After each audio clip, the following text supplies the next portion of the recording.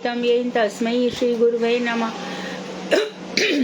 नमो महावदन्याय कृष्ण प्रेम प्रदायते कृष्णाय कृष्ण चैतन्य नामने गौरतिशे नमः। हे कृष्ण करुणा सिंधु दीन बंधु जगतपते गोपेश गोपिका कांत राधा कांत नमोस्तुते। तप्त कांचन गौरांगी राधे वृंदावनेश्वरी वृषभानुसुते देवी प्रणमामि हरिप्रिये। तवैवास्मि ना जीवामि त्वया विना इति विज्ञाय राधिके त्वं नय मां चरणान्तिके। गुरवे गौरचंद्राय राधिकाय तदालय कृष्णाय कृष्ण भक्ताय तद्भक्ताय नमो नमः। वाञ्छाकल्पतरुभ्यश्च कृपा सिन्धुभ्येव च पतितानां पावनेभ्यो वैष्णवेभ्यो नमो नमः। श्री कृष्ण चैतन्य प्रभु नित्यानंद श्री अद्वैत गदाधर श्रीवासादि श्री गौर भक्त वृंद। हरे कृष्ण कृष्ण कृष्ण हरे हरे, हरे राम राम राम हरे हरे। मैं सर्वप्रथम ग्रंथराज श्री जयवधन तदी रचिता सच्चिदानंद श्री भक्तिविनोद ठाकुर के श्री चरण कमलों में असंख्य कोटि दंडवत प्रणाम कर उनकी अहेतु की कृपा की प्रार्थना करती हूँ। मैं मध्य गुरु पाद्म पद्म नित्य प्रविष्ट ओम विष्णुपाद अष्टोत्तर शत श्रीमद् भक्ति वेदांत श्री नारायण गोस्वामी महाराज, मध्य शिक्षा गुरु पाद्म पद्म नित्य प्रविष्ट ओम विष्णुपाद अष्टोत्तर शत भक्ति वेदांत श्री बावन गोस्वामी महाराज के श्री चरण सरोज में कोटि कोटि दंडवत प्रणाम कर उनकी अहेतु की कृपा की भिक्षा करती हूँ। मैं उपस्थित श्रोता मंडली वैष्णवी सभी को यथा योग्य अभिवादन दंडवत करती हूँ।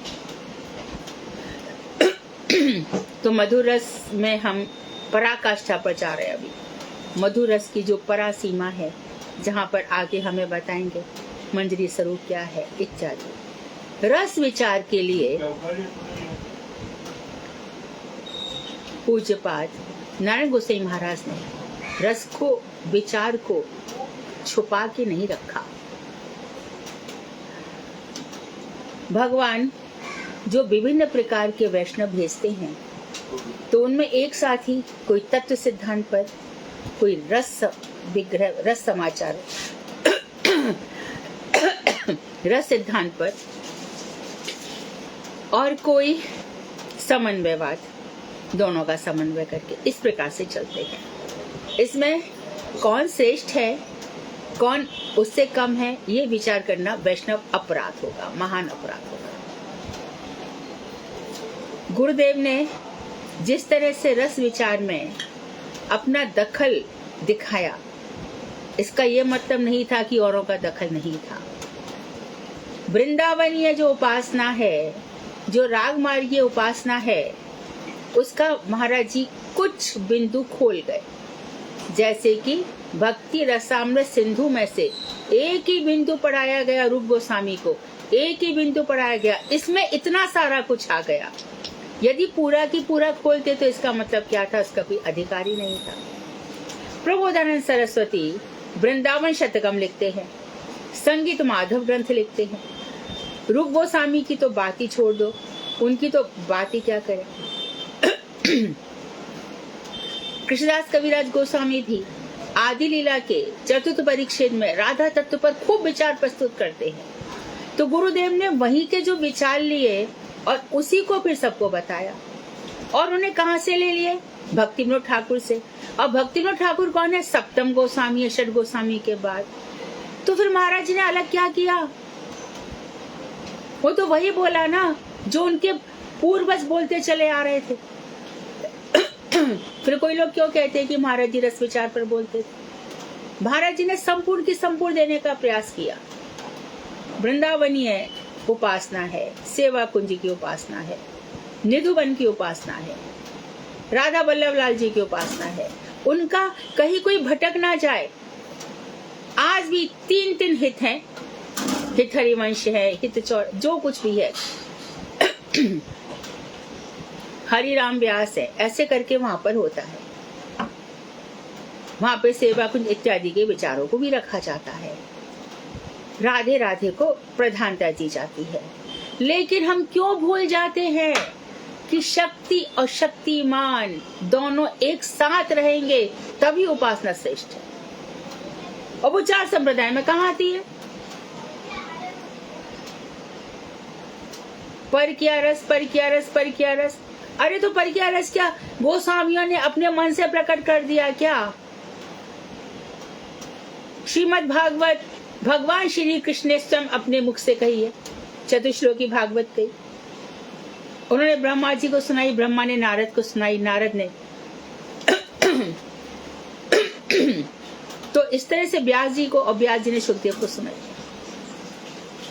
तो यह परंपरा चली आ रही, इसमें नई बात कहां से आ गई? सब कुछ तो प्राचीन है। जन्माद्यस्य यतः श्रीमद् भागवत का पहला श्लोक है, जहां पर बताया गया है कि श्रृंगार रस ही सबसे आदि है।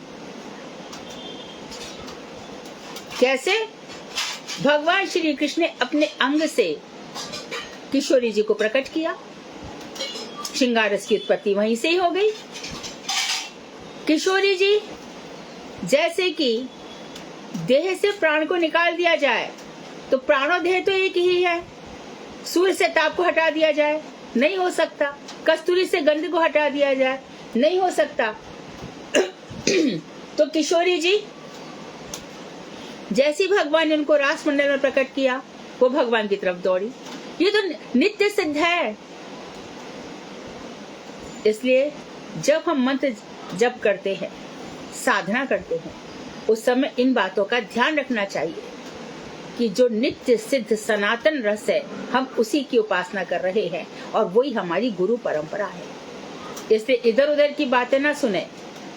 कोई लोग बोलते हैं वहां पे, ये बोलते हैं कि काशी नहीं होती, कोई ऐसा बोलते हैं कि पर किया रस अच्छा नहीं है। मत सुनो ये सब बातें, भजन मार्ग से भ्रष्ट हो जाओगे। धोबी का कुत्ता, ना घर का ना घाट का। तो लोग यहाँ चारों तरफ सुनते फिरते हैं ना, उनका भजन कभी नहीं होता। तर्क प्रतिष्ठानाथ, यहाँ तर्क की प्रतिष्ठा ही नहीं है। परंपरा चली आ रही, जो जहां वहां एकदम गलत भाषा में कहो ना, मुंह मारते हैं, उनको कुछ नहीं मिलता। इसे राधा रानी ने या हमारे चैत्य गुरु भगवान श्याम सुंदर ने जो गुरु और गुरु परंपरा हमारे लिए निश्चित कर दी है, हम उसी की बहुत दिनों से उपासना कर रहे थे, लेकिन माया के फेर में आकर फिर हम भटक रहे हैं। इसलिए अपने आप को संभालो और रस विचार बहुत ही निष्ठा और ध्यान गुरु परंपरा को प्रणाम करते हुए पढ़ो। आगे देखो। शरद काल का बड़ा ही सुहावना समय है। रात के 10 बजे हैं। शीतल और स्निग्ध ज्योत्सना की साड़ी पहनकर पृथ्वी का रूप बड़ा ही आकर्षक है। पृथ्वी ने शीतल, ठंडी, स्निग्ध, एकदम चिकनी, रेशमी, सिल्की ज्योत्सना की साड़ी पहनकर पृथ्वी बड़ी सुंदर लग रही है। विजय कुमार उज्जवल नीलमणि पढ़ रहे हैं और बीच बीच में गंभीर चिंतन करते जाते हैं। उसी समय सहसा उनकी दृष्टि शुभ्र ज्योत्सना पर पड़ी।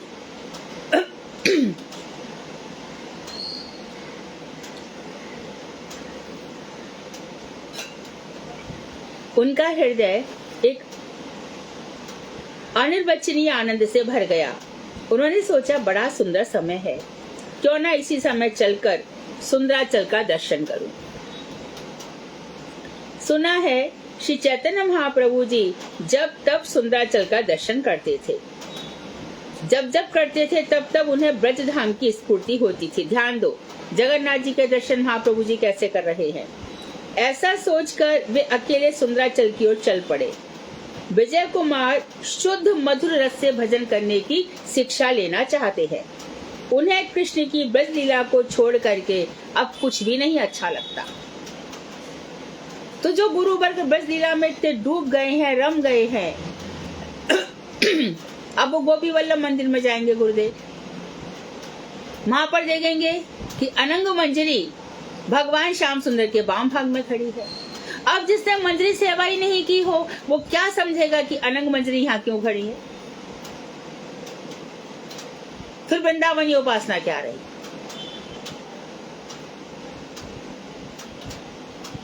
उसमें भी ब्रजलीला के अंतर्गत गोपियों के साथ श्री कृष्ण की लीलाओं के चिंतन में ही वे सदा मग्न रहते हैं। अब उनकी स्थिति कहाँ तक पहुंच गई? मधुर रस में भगवान श्याम सुंदर ने गोपियों के साथ जो लीलाएं की है। प्रातः काल कल ध्यानचंद पद्धति की हम बात कर रहे थे, है ना, अष्टकालीय लीलाओं के चिंतन में, जहाँ गौर नवदीप में गौरांग महाप्रभु की लीला का चिंतन किया जाता है और ब्रज में भगवान श्याम सुंदर की। तो गौचारण के लिए तो चले गए, लेकिन मध्याह्न के समय में धनिष्ठा भाभी और कुंदलता दोनों की दोनों भगवान श्याम सुंदर के पास पहुंच जाती है, शयन कराती हैं, पंखा झलती हैं। उनको लगता है ठाकुर सो गए हैं, तो बात करती हैं और हंस पड़ते हैं श्याम सुंदर उनकी बातों को सुनकर के। रोज ही तो ऐसा होता है। लास्ट में हमने बताया था कि ब्रज में भगवान कैशोर अवस्था को प्रकट करते हैं और मैया के पास अपनी बाल अवस्था को प्रकट करते हैं। यही तो भगवत्ता है। चमत्कारिता भगवत्ता का सार है, रस वैचित्री भगवत्ता का सार है। तो जिसका जैसा अधिकार है यहाँ पर स्पष्ट कर दिया गया। ब्रजनाथ का सख्य रस में अधिकार है और विजय कुमार का मधुर रस में अधिकार है, इसलिए वो गोपियों का चिंतन करते हैं। गोपियां मम सर्वस्व है, मदगता है, कृष्णगता है, तदगत चित्ता है। भगवान श्री कृष्ण ही वो रमी रहती हैं, इसके अतिरिक्त उनको याद नहीं है। इसलिए गुरुदेव हमेशा कहते गोपियों जैसा भजन करो। क्यों कहते हैं? 24 से 24 घंटे चले जाते हैं, तो शाम होगी 6 साढ़े 6 बजे, उसके पहले ही गोधूली बेला में ही गोपियां यशोदा के आंगन में पहुंच जाती हैं। अरे पता नहीं आज मेरे कन्हैया पे क्या हो रहा होगा, कौन सी विपत आ रही होगी, आया नहीं अभी तक, आज देर हो गई। तो गोपियां यशोदा जी के महल के, चक्रवर्ती ठाकुर जी कह रहे हैं, ये कपूर कल्पना मत समझ लेना, यशोदा जी के महल के ऊपर पहुंच जाती हैं और बात करते करते कहती, अरे यशोदा तेरा बेटा आ गया। और मेरा कौन है? मेरे तो प्राणनाथ है।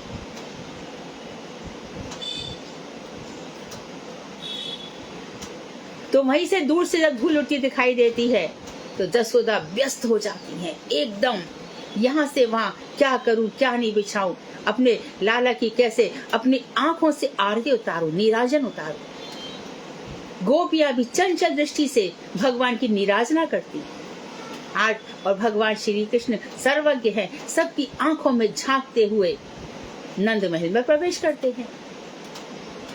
और उसके बाद फिर अष्टकालीय लीला है ना, रात की लीलाओं का चिंतन चलता है। हम लोग बोलते कि गुरुदेव हमेशा प्रातः काल उठ जाते थे, मैक्सिमम 2-2:30 बजे भजन करते थे, और गुरुदेव ने इसी निशांत लीला में प्रवेश किया। जिसका चिंतन करोगे वैसा ही हो जाएगा, और जो मुझे जैसा भजेगा मैं वैसा ही भजूंगा। तुम 10% भजते हो तो मेरा भी भाई 10% ही है, ये कृष्ण की कंडीशन है। हम तो आपको पूरा की पूरा भजते हैं, तो मैं भी पूरा की पूरा तुम्हारा हूं। तो क्या करता हूं मैं, पहले संसार मिटा देता हूं तुम्हारा। हो तैयार? संसार में क्या मिटा दोगे? किसी का पति, किसी का पत्नी, सबसे बिछुड़वा देता हूं। यही मेरा काम है। क्यों? मेरे बनो। और अक्सर मैं कथा सुनाती हूँ सबको, क्योंकि आंखों देखी कथा है। द्वारकाधीश मंदिर के मुखिया जी का जब 24 साल का जवान बेटा यमुना जी में कछुआ के खाने से मर गया था, और उस समय मंदिर नहीं खुला, जहां तक कि लोग ठाकुर जी से नाराज हो गए, ठाकुर मंगला तो करी आपकी, क्या भोग खिलावे आपको, आज तो आपने हमारा बच्चा ही ले लिया। अरे कछु दिन तो रहने देते। अब मुखिया जी का कौन रहा बुढ़ापे में, ये क्या करी ठाकुर जी आपने। तो मुखिया जी बोले ऐसा मत करो, बड़ा पक्षपाती है कन्हैया। मेरा जो प्रेम था वो पूरा की पूरा उनके लिए रहे, बटे नहीं, समंजसा रति नहीं रहे, समर्था ही रहे। इसलिए मैं तो प्रसन्न हूँ। कहीं नहीं गया होगा, आ जाएगा फिर किसी जन्म में, यहाँ वहाँ घूम रहा होगा। आंखों से नहीं दिख रहा है तो क्या हुआ। तो ऐसी पराकाष्ठा हो तो भगवान ऐसी परीक्षा भी लेते हैं। और वाह वाह भक्त लोग, आप भी परीक्षाओं में खूब सफल होते हो।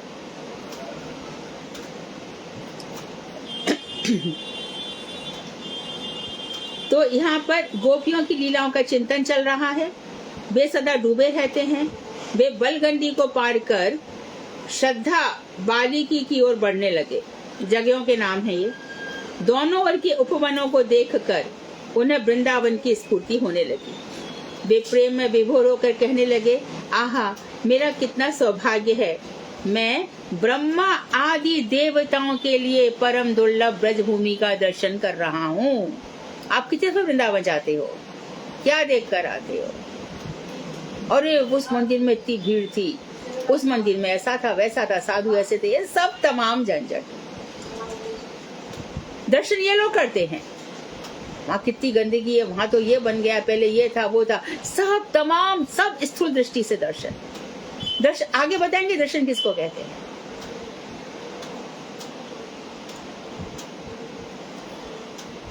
जब अकबर कुंभन दास के पास आया तो उसने यही तो प्रार्थना की थी। पहले तो कुंभन दास ने मिलने से मना कर दिया। जो मध्यस्थ थे उन्होंने कहा, कुंभन दास क्या कर रहे हो, शहंशाह आया है। कुंभन दास बोले, हम शहंशाहों के शहंशाह की सेवा में हैं, हम किसी शहंशाह को नहीं जानते। किसी ने भी नहीं माना। अकबर कहते, सूरदास आ जाओ फतेहपुर सीकरी में। सूरदास ने कविता लिख दी, मोह को कहा सीकरी सो काम, मुझे क्या लेना देना है सीकरी से। तो किसी के बड़े बड़े भवन हो, बड़े बड़े महल हो, बड़े बड़े घर हो, हमारा क्या लेना देना। कभी भी माँ कस्यस्मिन् गृध धनम, गृध, कभी किसी के धन की ओर ललचाओ मत, कभी किसी को दे, है तो वो उसके लिए, हमारा क्या। ऐसी भावनाएं होनी चाहिए, इसलिए तो ये कथाएं सुनाई जाती हैं। अकबर ने कहा, दर्शन कर लूंगा, थोड़ी सी सेवा दे दो। कुंभन दास ने कहा, क्या सेवा करेगा, जा केसी घाट पे चला जा, वहां थोड़ा सा घाट का टुकड़ा टूट गया है, उसको ठीक से करा दे। उसने सोचा, अरे मैं शहंशाहों का शहंशाह और मुझे क्या सेवा दी जा रही है। परंतु गोसाई है, इनकी सेवा ना कर दो वैष्णव अपराध हो जाएगा। चला गया और उनकी सामर्थ्य थी वृंदावन के केसी घाट का दर्शन कराने की, जहां उसने देखा स्फटिक मणियों का पूरा घाट बना हुआ है, चिन्मय रज है उसकी। अकबर बोले, आप इतना बड़ा कह रहे हो, मैं इतना सा भी नहीं बना सकता, मैं स्फटिक मणियां कहां से लाऊंगा। तो ये भगवान जब जाते हैं तो सब ऐसे ही धराशायी कर जाते हैं। क्यों? बस नाम करो, मेरा चिंतन करो, ये सब तो कलह की जड़ है, यहाँ छोड़ के नहीं जाऊंगा कुछ भी। तुम लोग भजन कब करोगे? फिर एक जन्म, फिर दूसरा जन्म, फिर लाखों जन्म। यदि उद्धार हो गया होता तो अब तक क्यों जन्म ले रहे होते? फिर इस जन्म में आकर वही सब कुछ, वही प्रहलाद कहते हैं, पिष्ट पेषण, हर योनि में वही करते हैं। तो फिर कौन से रस से भगवान मिलेंगे? तो 5 रस बता दिए, और 5 रस में मधुर रस में हम अटक गए। भगवान श्री कृष्ण से जो प्रेम का रस है,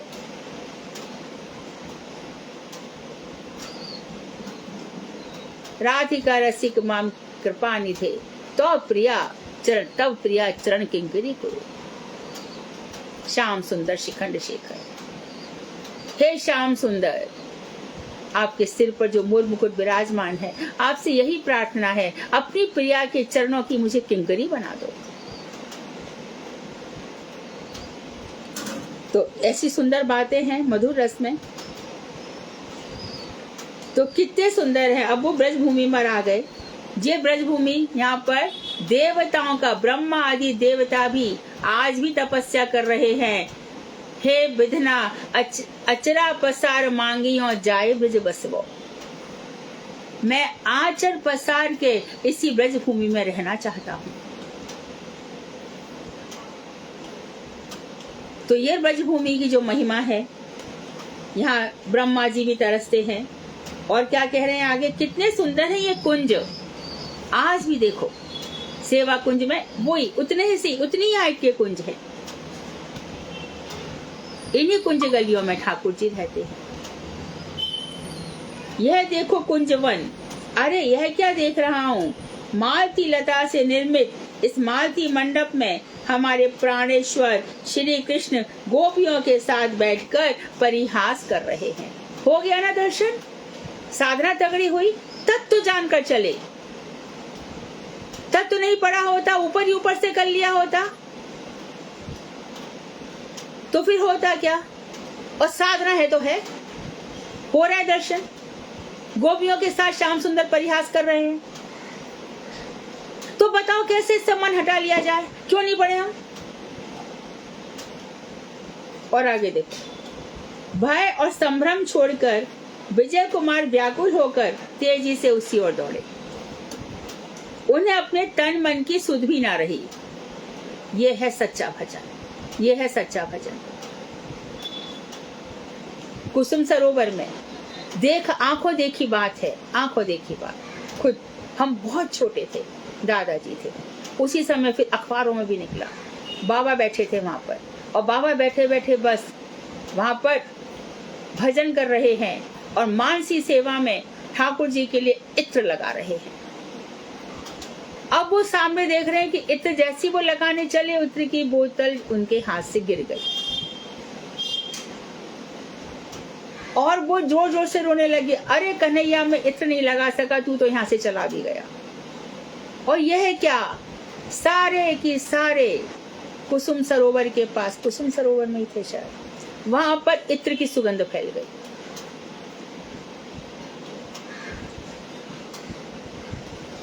ये तो भजन है।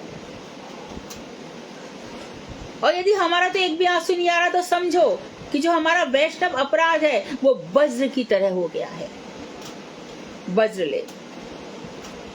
इसलिए और भजन करना पड़ेगा, उस वज्र को तोड़ना होगा, सब जगह से आंखें बंद करके भगवान का भजन करना होगा। ये वैष्णव अपराध कहीं का नहीं छोड़ेगा।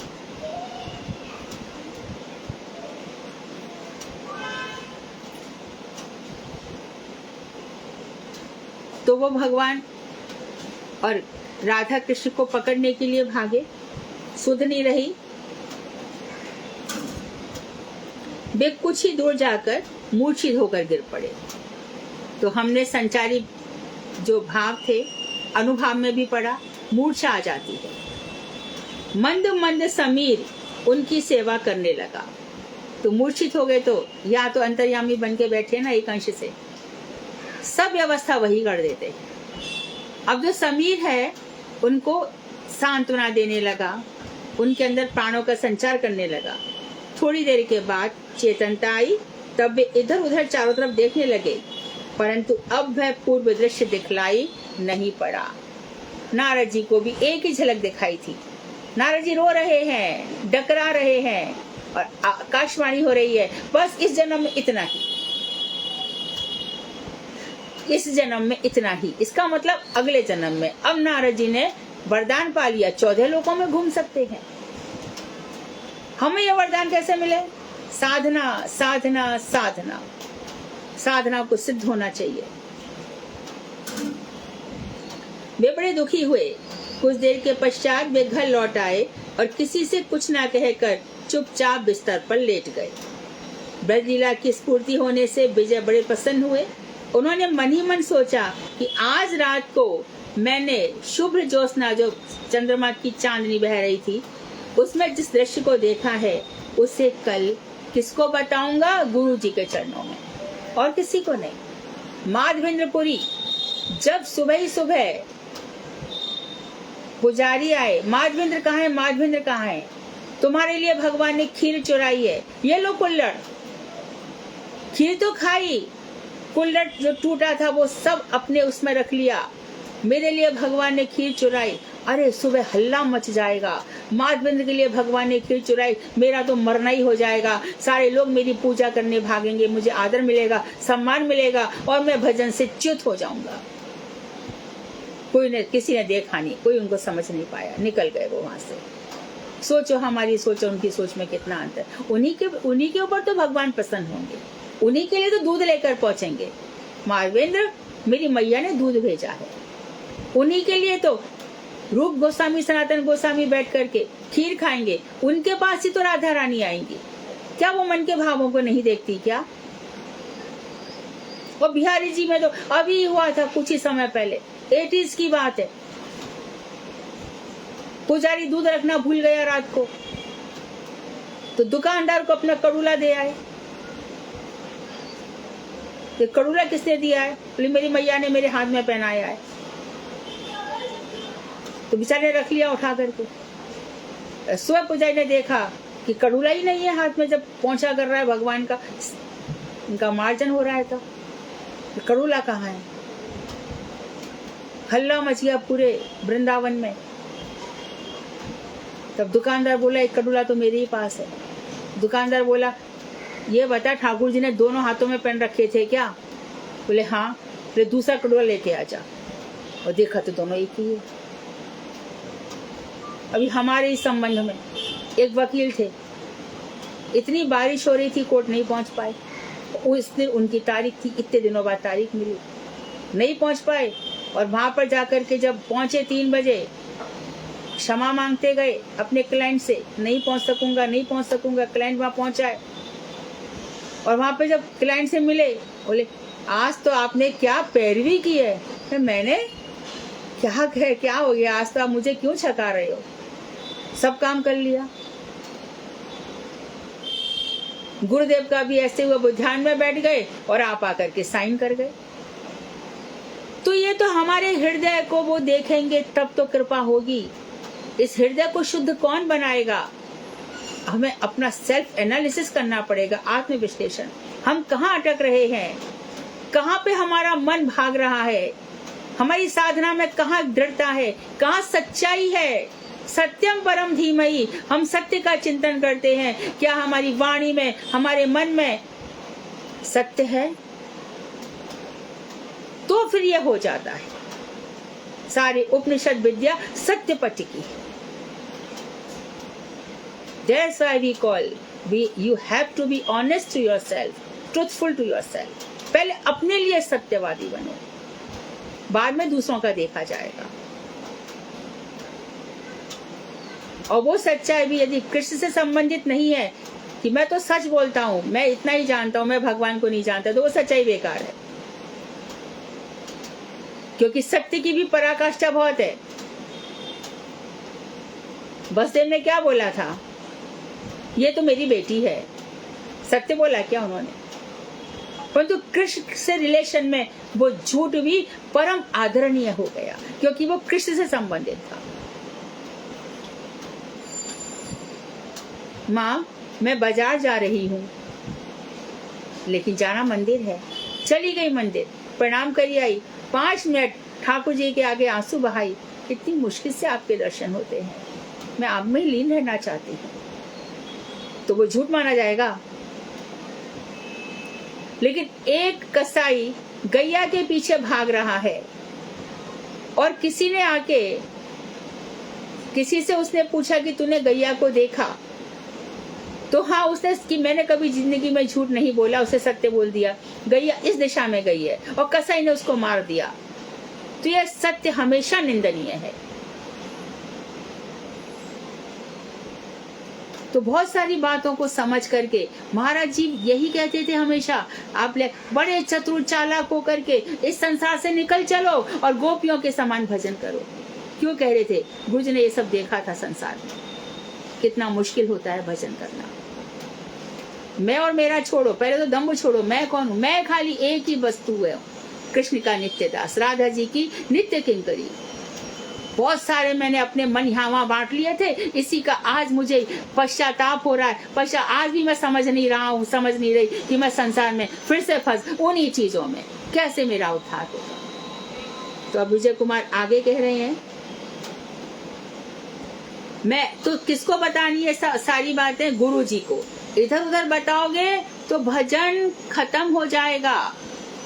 अपने बड़े वैष्णवों को अपने दिल की बातें बताओ, वो समझेंगे, कोई और नहीं समझेगा। परंतु कुछ देर बाद तो उन्हें यह बात स्मरण हुई कि सौभाग्य से अप्राकृत लीला कर है से दिखलाई पड़ने पर उसे दूसरों से कहना नहीं चाहिए। इस प्रकार सोचते सोचते उन्हें नींद आ गई। गुरुजी से जरूर कहूंगा, परंतु बाद में उनको याद आ गया कि जो अप्राकृत हमें चीजों की अनुभूति है उसको दूसरों से कह दिया खत्म। मुझे ठाकुर जी ने कहा देखा तो 10 साल हो गए ठाकुर जी आते ही नहीं है।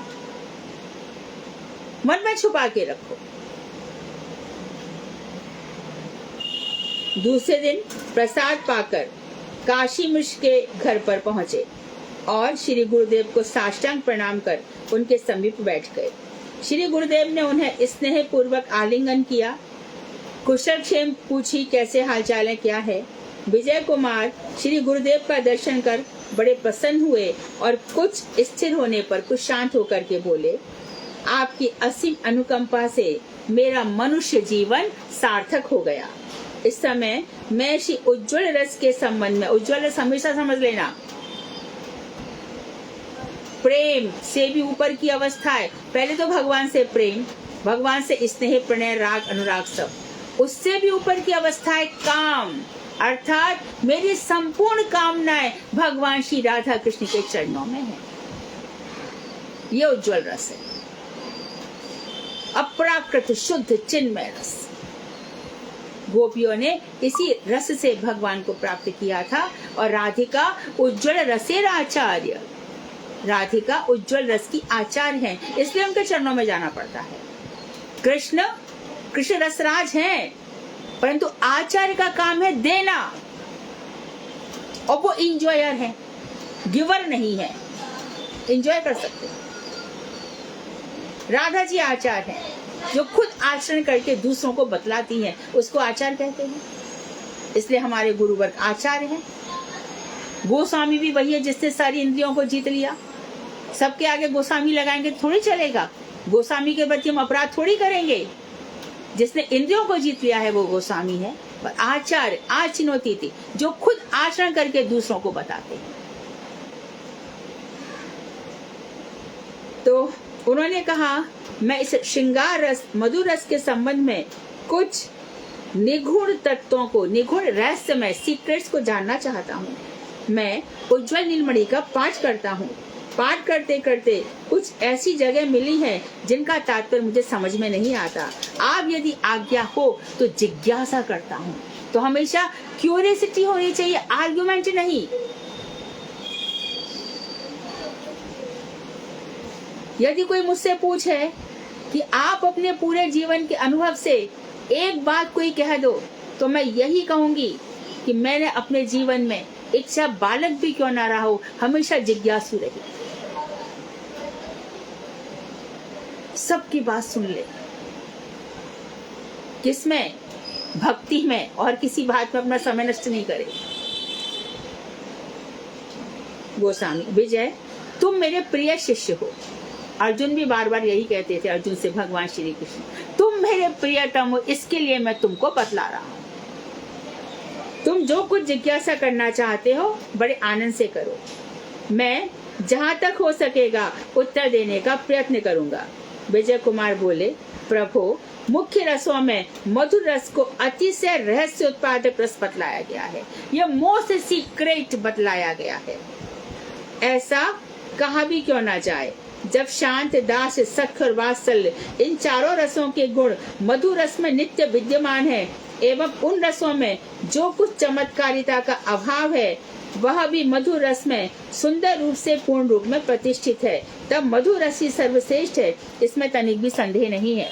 आपको याद होगा जब पहले बताया गया था कि आकाश, वायु, अग्नि, जल के चारों के गुण जिस प्रकार से पृथ्वी में विद्यमान है, शब्द, रूप, रस, गंध, स्पर्श, उसी प्रकार से मधुर रस जहाँ पर है वहाँ चारों रस पहले से विद्यमान है। उत्तरोत्तर एक के बाद एक मधुर रस में सारे गुण आ जाते हैं। यशोदा जी भगवान श्री कृष्ण का उदर बांधती हैं, ठीक है। और राधा दामोदर क्यों कहते हैं कि जब भगवान श्री कृष्ण दूसरी गोपियों से मिलने चले जाते हैं तो एक बार राधिका को क्रोध आ गया और आवेश में जितनी भी वृक्ष की लताएं पताई थी कदम वृक्ष से भगवान कन्हैया को बांध दिया। तब से वो राधा दामोदर कहलाए। तो राधा ने जिनके उदर को अर्थात हृदय को बांध दिया है, तो राधा दामोदर महीना प्रसिद्ध हो गया कि बताओ यशोदा दामोदर रहा, बोलो। उखल बंधन लीला तो हुई है कार्तिक मास में, और इसी कार्तिक में लीलाओं की परम लीला हुई है जब किशोरी जी ने श्याम सुंदर को बांध दिया और वो ठटा ठटा के हंस रहे हैं, खुश हो रहे हैं। और बांध लो बाहुलता के बंधन में अति मुझको, पीड़ा हरो मेरी हंस बोलो, बंदी मुक्ति न तुझको। बांध लो मुझे अपनी बाहों के आलिंगन में। ये गीत गोविंद है जिसका हमारे महाप्रभु जी संन्यास धर्म का शिक्षा देने वाले, सर्वाधिक सुंदरी अपनी पत्नी का त्याग कर देने वाले, जहां तक कि माता देवो भव पिता देवो भव, वो सबको भी जलांजलि दे देने वाले महाप्रभु जी ये शिक्षा दे रहे हैं। सोचो कितना अपराकृत है। समुद्र में जैसे तरंगें उछला करती हैं, इसी प्रकार से परम शुद्ध हृदय में ये रस उछला करते हैं। ठीक है, तो नित्य विद्यमान है मधुर रस में सारे रस, और इन रसों में जो चमत्कारिता का अभाव है, फिर से ये लाइन पढ़ दे रही हूँ, वह भी मधुर रस में सुंदर रूप से और कंप्लीटली प्रतिष्ठित है, एस्टेब्लिश्ड है।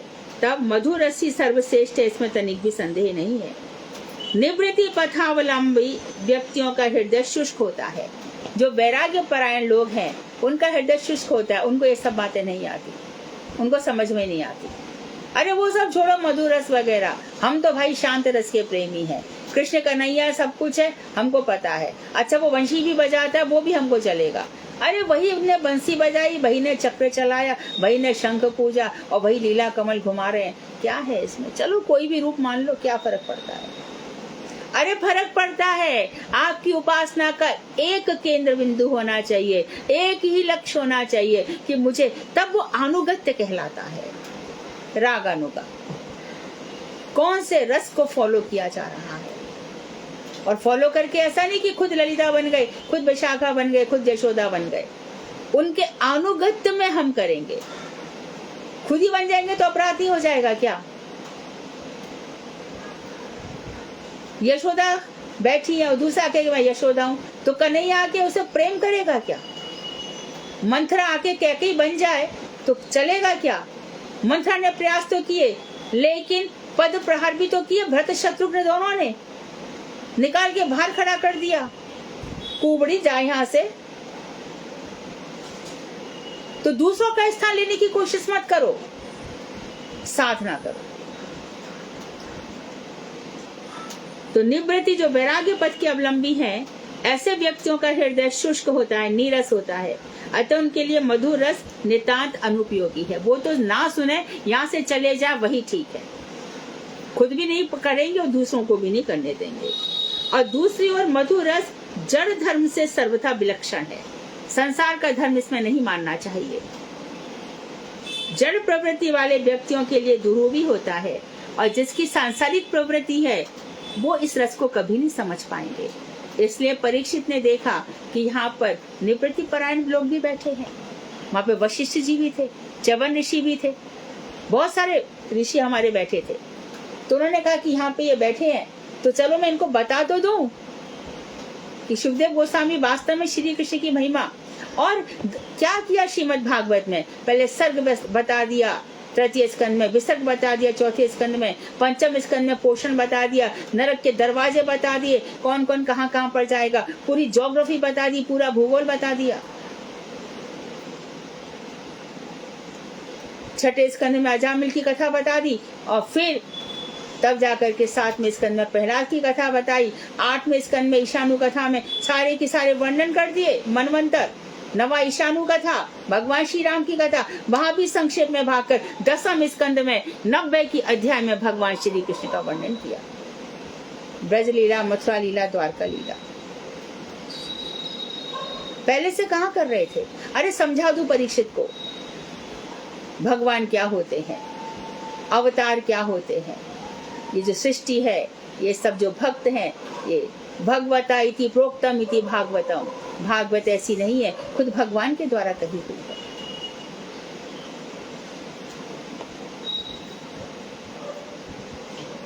तो निवृत्ति पंथ अवलंबी भागवत को भी नहीं समझ सकते।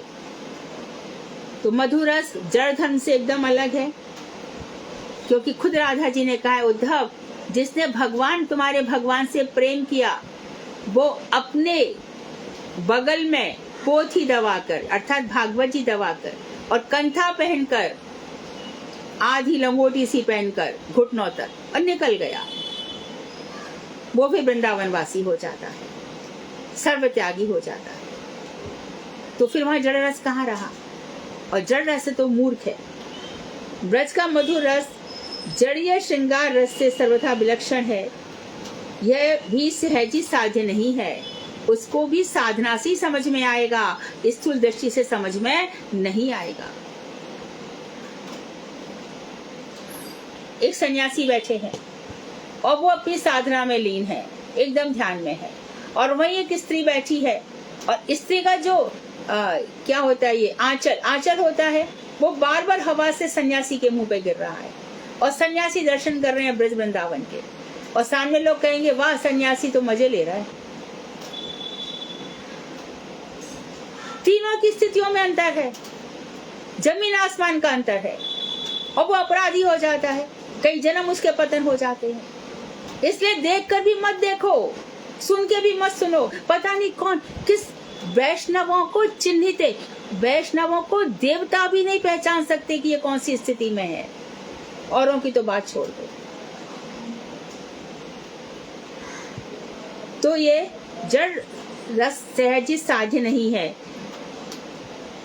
इस प्रकार ये अप्राकृत मधुर रस क्यों सांसारिक स्त्री पुरुषगत अत्यंत हेय जड़ रस जैसा ही दिखलाई पड़ता है।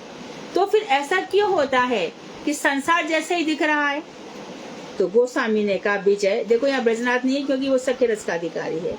तुम यह भली भांति जानते हो कि जड़ जगत की सारी विचित्रताएं चित्तत्व की विचित्रता का ही प्रतिफलन है। चित्त में जैसा दिखता है उसका ही रिफ्लेक्शन है।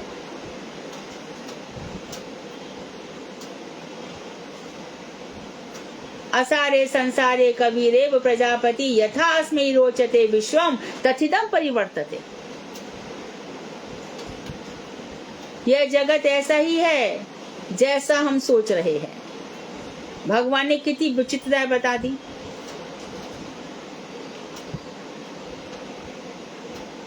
जड़ जगत में ऐसा विचित्र है।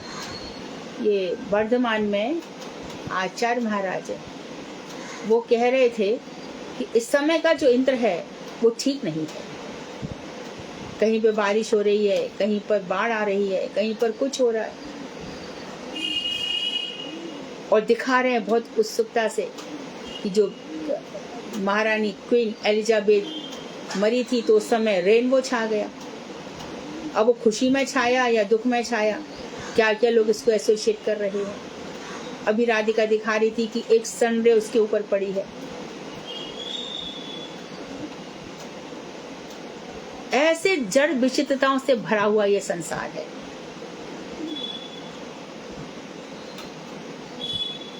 और कोई कोई ऐसा भी महान व्यक्ति होता है, जब मैं यहाँ से जाऊं कोई जान भी नहीं पाए कि मैं यहाँ कभी था। तो जड़गत रस विचित्रताएं बहुत हैं। जिसका चित्त जैसा होता है यह जड़ जगत उसमें वैसा ही प्रतिफलित हो जाता है। कभी कभी सुना होगा वृंदावन में एक बाल ब्रह्मचारी पैदा हुआ है, बाल व्यास पैदा हुआ है, श्रीमद् भागवत पूरा रटा पड़ा है, ये वो सब ठीक है भैया, लेकिन युवा होते होते उसकी सारा जाने कहाँ चला जाता है। जरूर उसका पिछले जन्म का हुआ होगा, क्योंकि भगवान कह रहे हैं कि जहां से छोड़ता है वहीं से नया जीवन शुरू होता है, लेकिन माया का फेर है।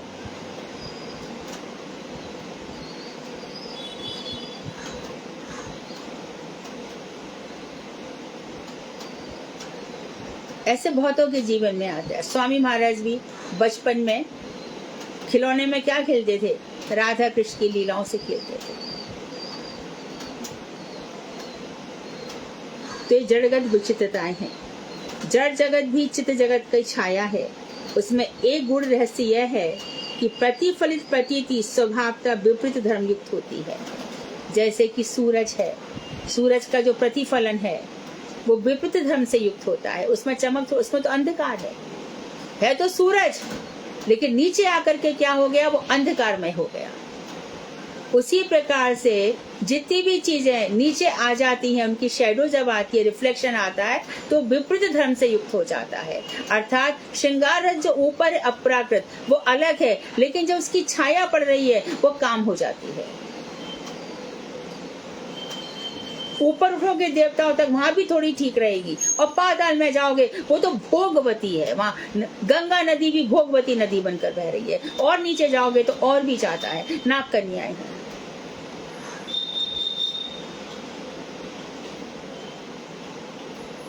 उसमें एक गुण रहस्य यह है कि प्रतिफलित जो रिफ्लेक्टेड है, उसका जो अपीयरेंस है वो नेचुरली अपोजिट धर्म से युक्त होता है। आदर्श काया में जो चीज सर्वोत्तम होती है, प्रतिफलन में वही चीज सर्वाधम होती है। जो चीज हमारा मस्तक है, जो सर्वश्रेष्ठ है, और नीचे उसकी छाया पड़ गई तो कैसी हो जाएगी। जो सिर पर चीज है वो मध्याह्न में हमारे पैरों के नीचे आके घूमेगी। आदर्श में जो निम्नस्थ दिखलाई पड़ता है वही प्रतिफलन में उच्चस्थ दिखलाई पड़ता है। आदर्श में जो चीज एकदम सबसे नीचे है और प्रतिफलन में वही ऊंची दिखाई देती है, सबसे ऊंची दिखाई देती है। वृक्ष को ही देख लो, हिमालय के नीचे सागर को देख लो, इतना बड़ा हिमालय सागर में छोटा सा दिखाई देता है। सामने कांच लगा दिया जाए, दुकानों पे कांच लगा दिया जाता है, बड़ा दुकान बड़ी दिखाई देने लग जाती है। तो इसलिए दोनों विपरीत हो, छोटी चीज भी कांच में बड़ी दिखाई देने लग जाती है। तो दर्पण में ये वही बता रहे, काया का जो विपरीत प्रतिफलन होता है, जो साइंस पढ़ते हैं, जो चीज हमारे राइट में वो लेफ्ट में दिखाई देती है। आदर्श दर्पण में काया का जो प्रति रिफ्लेक्शन होता है, उसमें अंग प्रत्यंग विपरीत रूप से दिखलाई पड़ते हैं।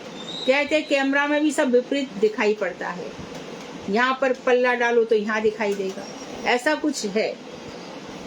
इसी प्रकार परम वस्तु अपनी अचिंत्य शक्ति के प्रभाव से अपनी अचिंत्य शक्ति की छाया में प्रतिफलित होकर जड़ या सत्ता के रूप में विस्तृत हुई है।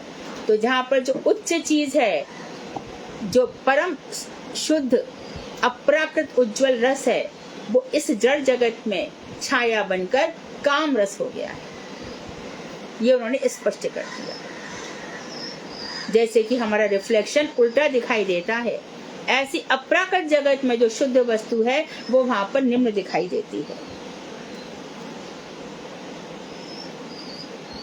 अतः परम वस्तु के धर्म यानी गुण जड़ीय सत्ता में विपरीत रूप से दिखलाई पड़ते हैं। परम वस्तु जो भगवान श्री कृष्ण के गुण हैं, इस जड़ीय विचार में सब विपरीत ही दिखलाई पड़ता है, सब उल्टा सीधा दिखाई पड़ता है।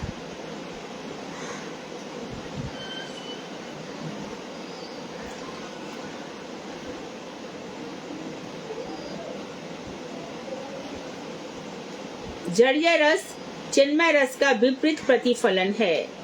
चिन्मय रस का उल्टा ही है। यहाँ पर जो अपराकृत रस चिन्मय रस है वो यहाँ पर उस उल्टा ही है, बहुत उल्टा है ना। कितनी फेमस है कथा। इन दिनों में श्राद्ध चल रहे ना, भगवान श्री राम और लक्ष्मण पिता दशरथ के लिए श्राद्ध की सामग्री इकट्ठी करने गए। इतने में पंडित बोले समय निकल रहा है, सीता जी बोले मैं ही श्राद्ध कर देती हूँ। उन्होंने श्राद्ध की सामग्री डाली, दशरथ का हाथ भी आया, दशरथ जी नदी के फल्गु नदी उसमें से लेकर के भी गए। भगवान राम ये सब आए, लेट हो गया आने में। सीता बोली मैंने कर दिया। राम बोले तुम क्यों करोगे? उनको विश्वास ही नहीं हुआ, राम ने तो सीता के साथ ऐसा ही किया कई बार।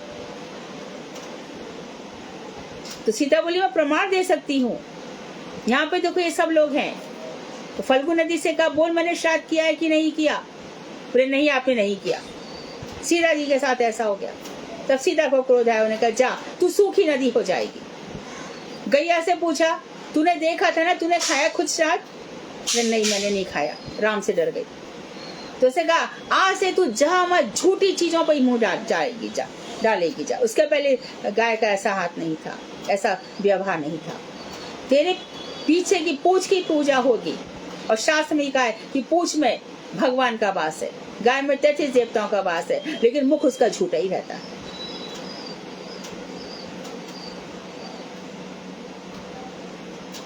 तुलसी ने भी झूठ बोल दिया कि तू यहाँ वहां सब जगह उग जाएगी, सब जगह फैल जाएगी, तेरी शुद्धता का कोई ठिकाना नहीं रहेगा।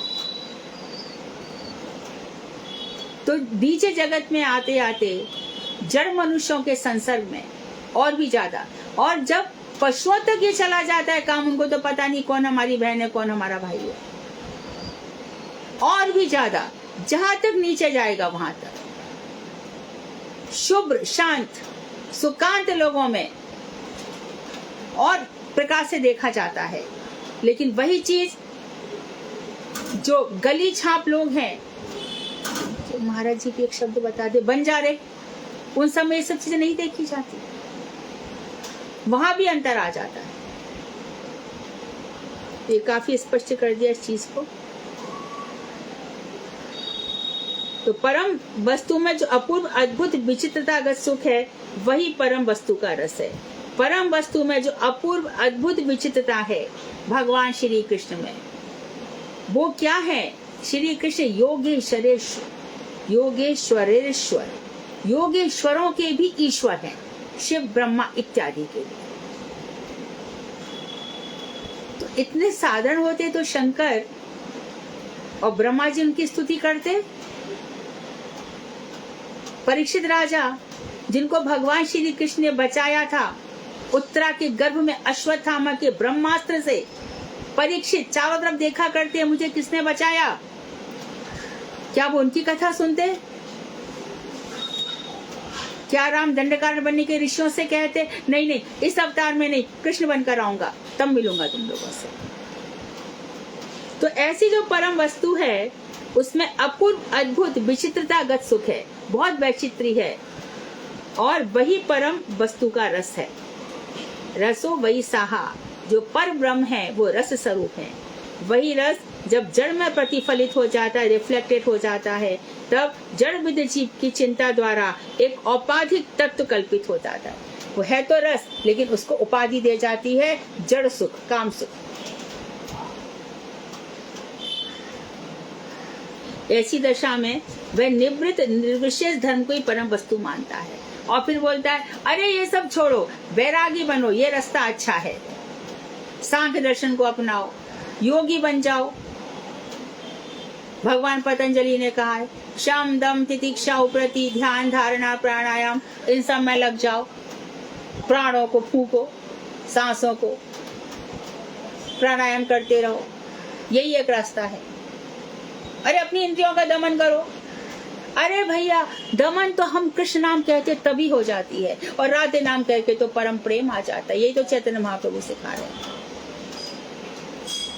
तो लोग इसको इतना गलत समझ लेते हैं, संसार में देख लेते हैं, और फिर कहते हैं ये रास्ता ठीक नहीं है भक्ति का, भक्ति रस सही नहीं है, ज्ञान का रास्ता सही है।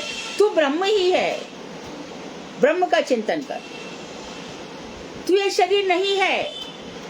हम कहते इसी शरीर से भज शरीर माध्यम खलु धर्म साधनम, यह शरीर ही धर्म का साधन है। और एक ज्योति है, उसका चिंतन कर, नाक के आगे दृष्टि रख, दोनों भौं के अंदर दृष्टि रख, अपने आठों चक्र जगा दे, सुषुम्ना नाड़ी निकल रही है पीछे से, इसको जगा दे, कुंडलनी जगा दे, ब्रह्मरंध्र है यहाँ पर, शिखा बांधी जाती है, यहाँ पर चिंतन कर, ध्यान कर। मंत्र कौन सा जपू, कौन सा भगवान अच्छे लगते हैं? अरे शंकर का ध्यान कर ले। अरे शंकर जी भी तो किसी का ध्यान कर रहे हैं, मैं किसका करूं? अच्छा एक काम कर, ओम नमो भगवते वासुदेवाय, दैट्स ऑल। तो ऐसे इसके कारण, क्योंकि वो संसार में एक औपाधिक उपाधि दे देते हैं उस रस को, इसके लिए उससे वंचित रह जाते हैं और दूसरों को भी वंचित करते हैं अपने इमेजिनेशन से। पशु धर्म को ही सच्चा धर्म मान लेते हैं। काम सुख पशुओं की प्रवृत्ति है, मनुष्यों की नहीं है। मनुष्य तो अपने हृदय के बल पर जीता है, माइंड के बल पे जीता है। क्यों हमारे यहाँ पर बड़े बड़े ऋषि ध्यान, ऐसा थोड़ी था, सब ने संसार का त्याग किया है। हमारे भारत में प्रथा ही यही रही है, राजा और ऋषि के संवाद होते हैं। एक परम धनवान होता है जो अपनी आत्मा का उद्धार करने वाले ऋषियों के पास अपना सब कुछ न्यौछावर कर देता है। हाँ मुझे ज्ञान दे दो, मेरा जन्म सुधार दो। पूरा उपनिषद इसी विद्या में है। सारे ऋषि मुनि जाते हैं और विद्या तभी प्रतिफलित भी होती है।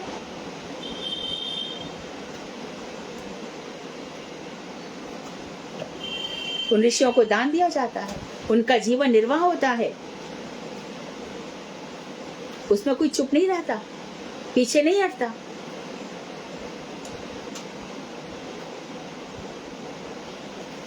अंत करेंगे अब। तो ऐसी दशा में वह निवृत्त निर्विशेष धर्म को ही परम वस्तु मानता है और निर्विशेष तत्व में विचित्रता का निषेध रहने के कारण समस्त प्रकार की विचित्रताओं को ही जड़ धर्म होने की कल्पना करता है। समझ लो इसको। तो जब वह निवृत्त वैराग्य वाला निर्विशेष, भगवान का कोई वैशिष्टि नहीं है, वो एक ब्रह्म वस्तु है, तो निर्विशेष धर्म को ही परम वस्तु मान लेता है, ब्रह्म को ही। और निर्विशेष तत्व में विचित्रता नहीं है, वहां रस वैचित्री नहीं है। ये तो सब भगवान श्री कृष्ण आए, लीला कर गए, चले गए।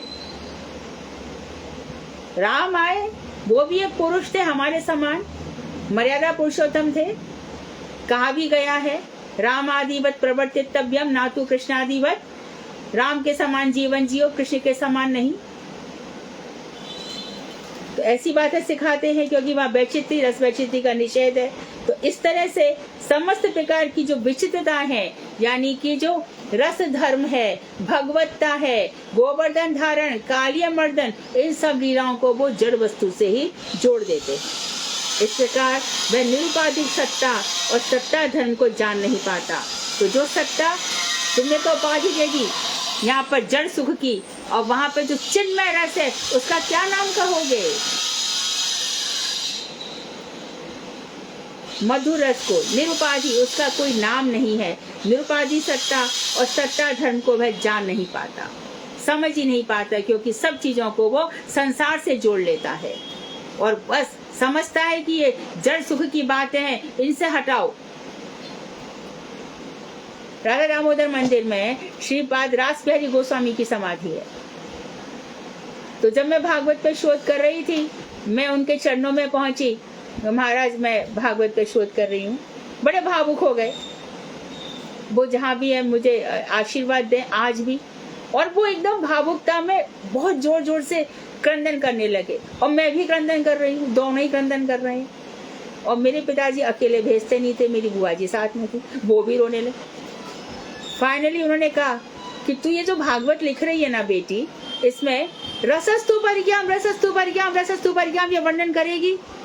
मुझे कहाँ ये सब चीजें आती थी, छोटी सी बच्ची, किसी को भी नहीं आएंगी। मैं कहा हाँ मैं करूंगी। और बाद में फिर मेरा उनसे मिलना ही नहीं हुआ।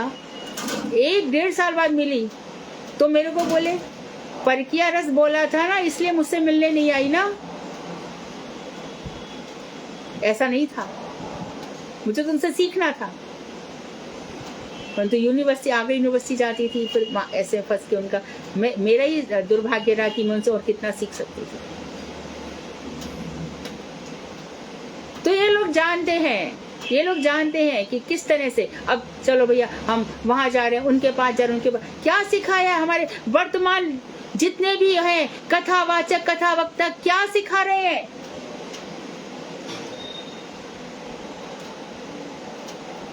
कितने बड़े बड़े पांडाल लग रहे हैं, बड़ी बड़ी कथाएं हो रही हैं, टीवी खरीदे जा रहे हैं, मीडिया खरीदा जा रहा है और ये सब सिखा रहे हैं। ये कर दिया ना, सारा की सारा जड़ धर्म बना दिया। क्या कहे अभी इसको?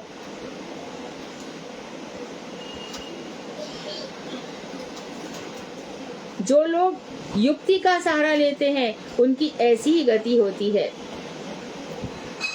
तो बहुत अपने आर्ग्यूमेंट्स लगाते हैं, अपना दिमाग मत चलाओ। सबसे सीखोगे जब अनुगत्य करोगे। जो गुरु वैष्णव सिखा गए बस मैं इतना ही जान, अपने मन से कुछ भी नहीं। मैंने ऐसा किया, मैंने अपनी बुद्धि। अरे तेरी बुद्धि की कीमत क्या है? कितने करोड़ जन्मों से तो जाने कैसी कैसी पापमती तेरी रही है। क्या बुद्धि है तेरी भगवान को समझने की जो मैं तेरा सुनूं। गुरु वैष्णव जो कहे गए हैं, गीता खोलो, भागवत खोलो, कहाँ पे ये बात लिखी है? यदि तुम मुझे प्रमाण करोगे तो मैं सुनूंगा, नहीं तो नहीं सुनूंगा। तुम्हारे पास वाक कला होगी, बोलने की बहुत कला होगी, पर मेरे काम की नहीं।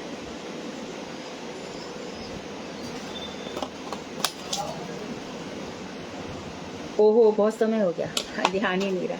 वांछा कल्पतरु वैश्य कृपा सिंधु वेवचा पतितानां पावनेभ्यो वैष्णवेभ्यो नमः।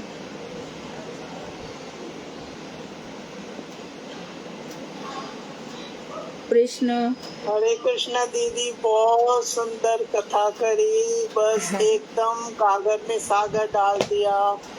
वो आपने वो गुरु जी की भी वाणी बोली, भागवत को भी टच किया, सबका मतलब इतना अच्छा सा बता दिया। आज की तो कथा बहुत बहुत मन को एकदम टच लगा, बस बहुत। थैंक यू भाभी जी, बहुत थैंक बहुत यू, धन्यवाद दीदी, बहुत बहुत धन्यवाद। थैंक यू भाभी जी, थैंक यू। हरे कृष्णा दीदी, दंडवत प्रणाम। हाँ रूबी, हाँ दीदी सच में आज की कथा मतलब मैं बता रही हूँ, मतलब हमारे दिल को ना पूरा आनंद कर दिया। और कितने सारे मन में प्रश्न, उसकी उत्तर भी मिल रहे खुद से कि हमें हर दिन अपने आप को चेक करना चाहिए कि हमारा भजन कितना दूर तक, हमारी साधन कैसी है, हमें कहाँ तक, हमें कैसे भजन में वैष्णवों को कैसे समझना चाहिए, हमें उनसे कैसे प्रश्न करना चाहिए। सच में दीदी आज की कथा ना, मैं अपनी बात करी दीदी, बहुत हृदय को छू लिया। Thank you Ruby, thank you, thank you. मैं तो डूब ही गई, मुझे तो पता ही नहीं था कि मैं क्या है ना कहाँ पे हूँ। कामनी भाभी, आप तो हमेशा ही डूबे रहते हो। आपके लिए कुछ नया नहीं है। आप तो उन्हीं भावों में रहते हो हमेशा। नहीं, पर आज की कथा में सच आप तो मतलब आपको मैं क्या बोलूं, मेरे पास शब्द नहीं है। आपने सबको टच कर दिया, गुरु जी की वाणी भी बताया, पूरा भागवत भी, उसमें कितने भागवत के आपने बातें बताई। बस हमारी तो इतनी पात्रता नहीं है, इतनी बुद्धि नहीं है कि हम आप बस कृपा करो, मैं गुरुदेव, जो गुरुदेव ने सिखाया है वही बोल सकूं। बस गुरुदेव ने जो सिखाया उसके अतिरिक्त तो कुछ नहीं।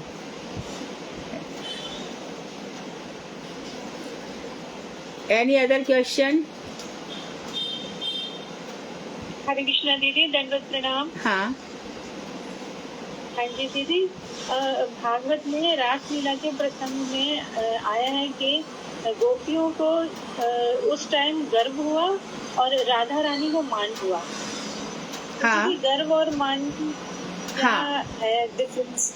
गोपियों को गर्व हुआ कि भगवान श्री कृष्ण हमारे साथ ही, दो के बीच में एक एक थे ना, कि भगवान श्री कृष्ण देखो हमारे पसीना भी पहुंच रहे हैं और हमारे साथ लीला कर रहे हैं।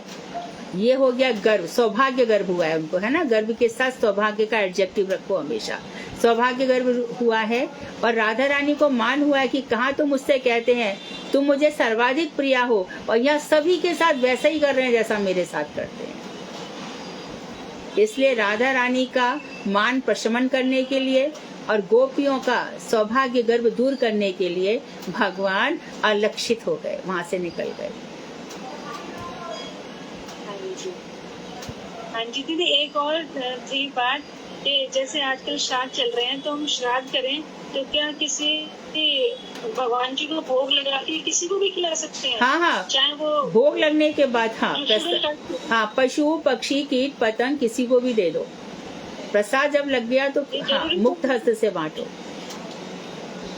जरूरी तो नहीं ना कि ब्राह्मण को ही खिलाया जाए। ऐसा कुछ भी नहीं है, वो कर्म कांड है सब। ठीक है दीदी, भगवान का प्रसाद सबको दे दो, किसी को भी दे सकते हो।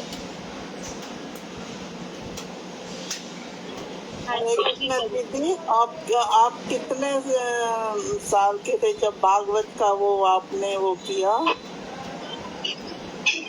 भागवत का मेरा शोध प्रबंध? हाँ हाँ, मैं बहुत छोटी थी भाभी जी, मैं 20-21 वर्ष की रही होंगी।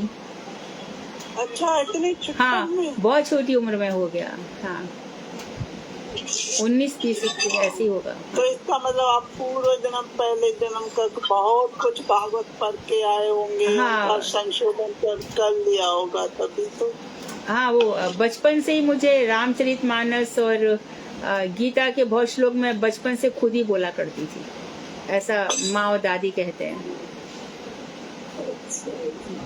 तभी तो आपका मथुरा में ही जन्म हुआ। हाँ, मथुरा में मथुरा आ गए, में। और सबसे बड़ी गाँव बात, में ही आप आ गए ना, हाँ। वो क्योंकि पूर्व जन्म की वजह से। और यहाँ पे भी मैं प्रेमानंद प्रभु बोलते हैं कि तू रह वहाँ पे, क्योंकि वहाँ पे जितनी तू ग्रंथ सेवा कर रही है तू यहाँ पे रह के नहीं करेगी।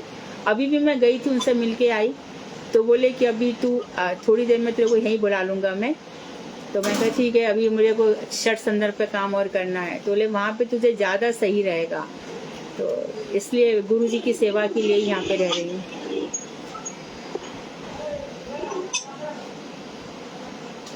हाँ, दीदी धाम में भी जाते हैं ना, तो इतना वो आना जाना लगता है, तो इतना वो हरिनाम हो नहीं पाता है, मेरा तो नहीं हो पाता नहीं, है। आपकी बात सही है। वहाँ पे क्या होता है ना कि कुछ ना कुछ उत्सव चलते रहते हैं, तो बातचीतों में समय बहुत जाता है। मैं हाँ। 8 दिन घर रांची रहती हूँ, एक दिन ठीक से भजन होता नहीं है। अभी ये चर्चा, अभी वो चर्चा, अभी ये वो, सब ऐसे ही चलता रहता है।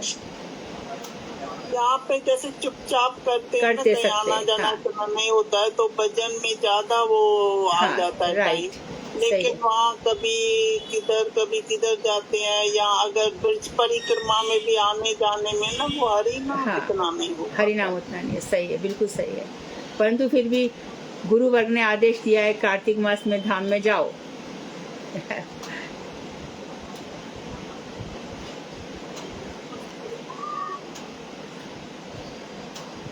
ठीक है, आज क्लास विराम, कल मिलते हैं। अब मधुर रसना और कितना अच्छा आएगा इसमें, बहुत कुछ, क्योंकि मंजरी भाव तक भक्ति में ठाकुर भूमिका बना रहे हैं। वांछा कल्पतरुवश्य कृपा सिंधुवेव च पतितानां पावनेभ्यो वैष्णवेभ्यो नमो नमः। हरे कृष्णा दीदी, धन्यवाद।